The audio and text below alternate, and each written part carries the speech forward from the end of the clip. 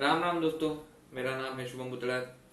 आज मैं आप लोगों के लिए लेके आया हूँ वृश्चिक लग्न अक्टूबर 2023 का महीना कैसा रहेगा। चलिए शुरू करते हैं। देखिए आपके जो सिक्स हाउस है, सिक्स हाउस में आपके जुपिटर, और जुपिटर यहाँ पे राहु के साथ है, तो जुपिटर यहाँ खराब हो रहा है।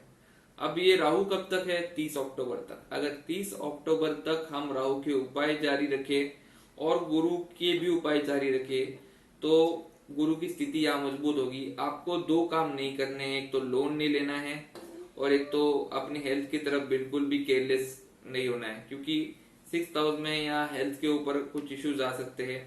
खास करके जो हार्ट के पेशेंट है, खास करके जिन्हें अस्थमा संबंधित प्रॉब्लम्स है, ऐसे लोगों को।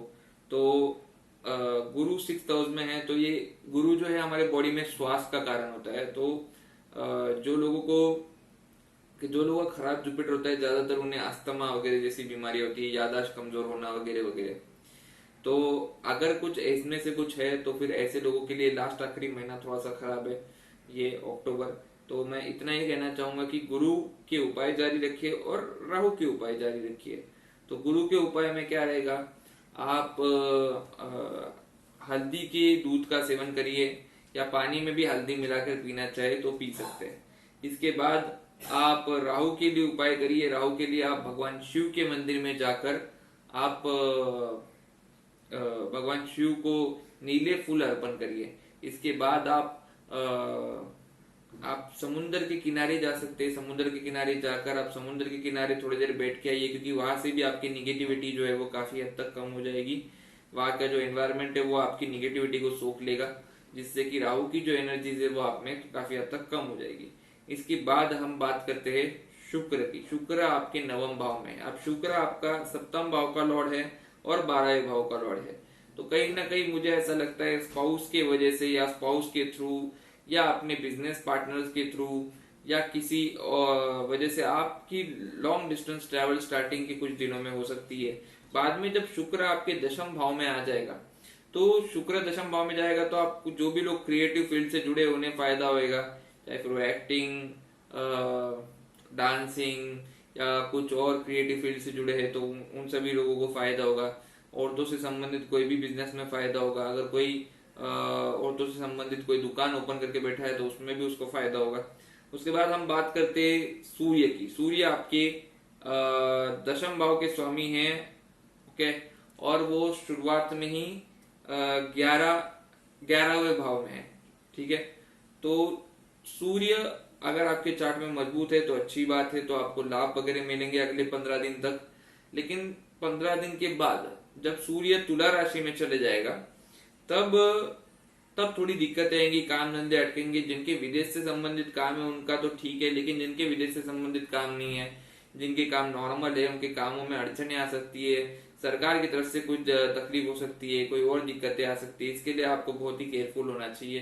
तो सूर्य तुला राशि में आएगा तब आपको सूर्य के उपाय जारी रखने चाहिए 15 दिन बाद, या अभी से ही जारी रखे तो चल सकता है। आप सुबह सूर्योदय से पहले या सूर्योदय के समय 6 बजे उठ जाइए और सूर्य को अर्घ्य दीजिए। ओम गुरुनी सूर्याय नमः इस मंत्र का जप करते हुए, तो जिससे कि आपका सूर्य जो है वो मजबूत रहेगा। अब हम बात करते हैं मंगल की। मंगल आपका लग्न भाव का स्वामी और आपके षष्ठम भाव का स्वामी है। अब ये आपके 11 भाव में है, यानी आप आपके खुद के मेहनत से काफी लाभ कमाएंगे शुरुआती दौर में। और इसके बाद जब मंगल आपके 12वें भाव में चले जाएगा तब आपको थोड़ा सा केयरफुल होना है अपने हेल्थ के प्रति और अपनी ओवरऑल मतलब कूल काम बना के रखना है, क्योंकि कोई गुस्सा आ सकता है, बाकी चीजें हो सकती है। मंगल 12वें भाव में पहुंच रहा है तो काम धंधे थोड़े अटक सकते हैं, काफी सारी चीजें होगी। लेकिन मंगल 12वें भाव में तो आपको कहीं कहीं चोट चपेट ना लग जाए। मंगल और केतु साथ में है तो किसी तरह की चोट चपेट ना लग जाए, कोई गाड़ी के थ्रू, कोई इसी के थ्रू। तो ये सब चीजें आपको देख के चलनी पड़ेगी।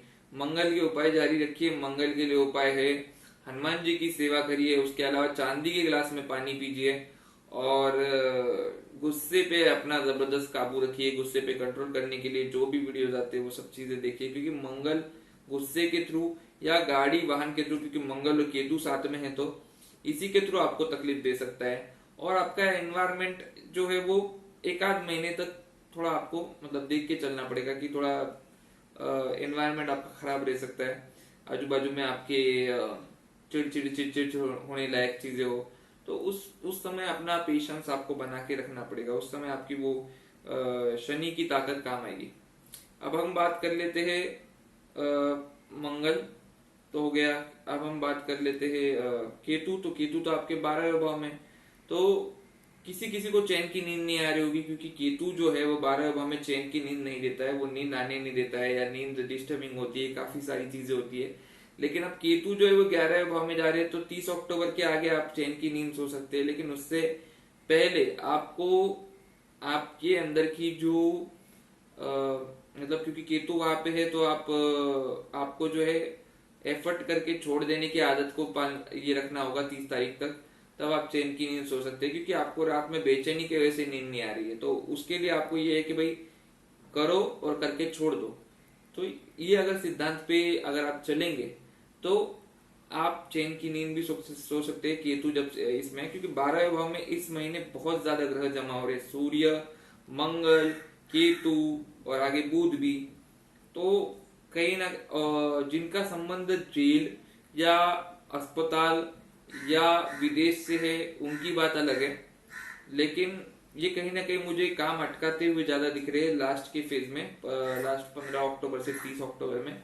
तब मैं कहूंगा कि आप थोड़ा सा सावधानी से काम ले 15 अक्टूबर से 30 अक्टूबर में।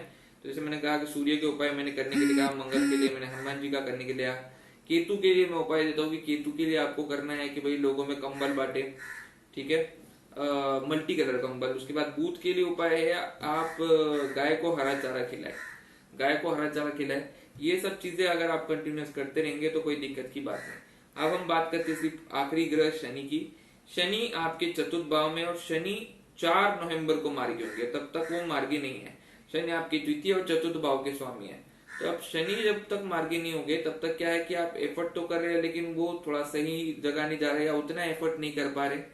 तो मैं कहूंगा कि शनि के उपाय करिए। आपके नीचे अगर कोई एम्प्लॉई है उनके साथ अच्छा बना के रखिए। आप गरीब रास्ते पे कोई भिखारी वगैरह मिलता है तो उनको पेमेंट करते रहिए।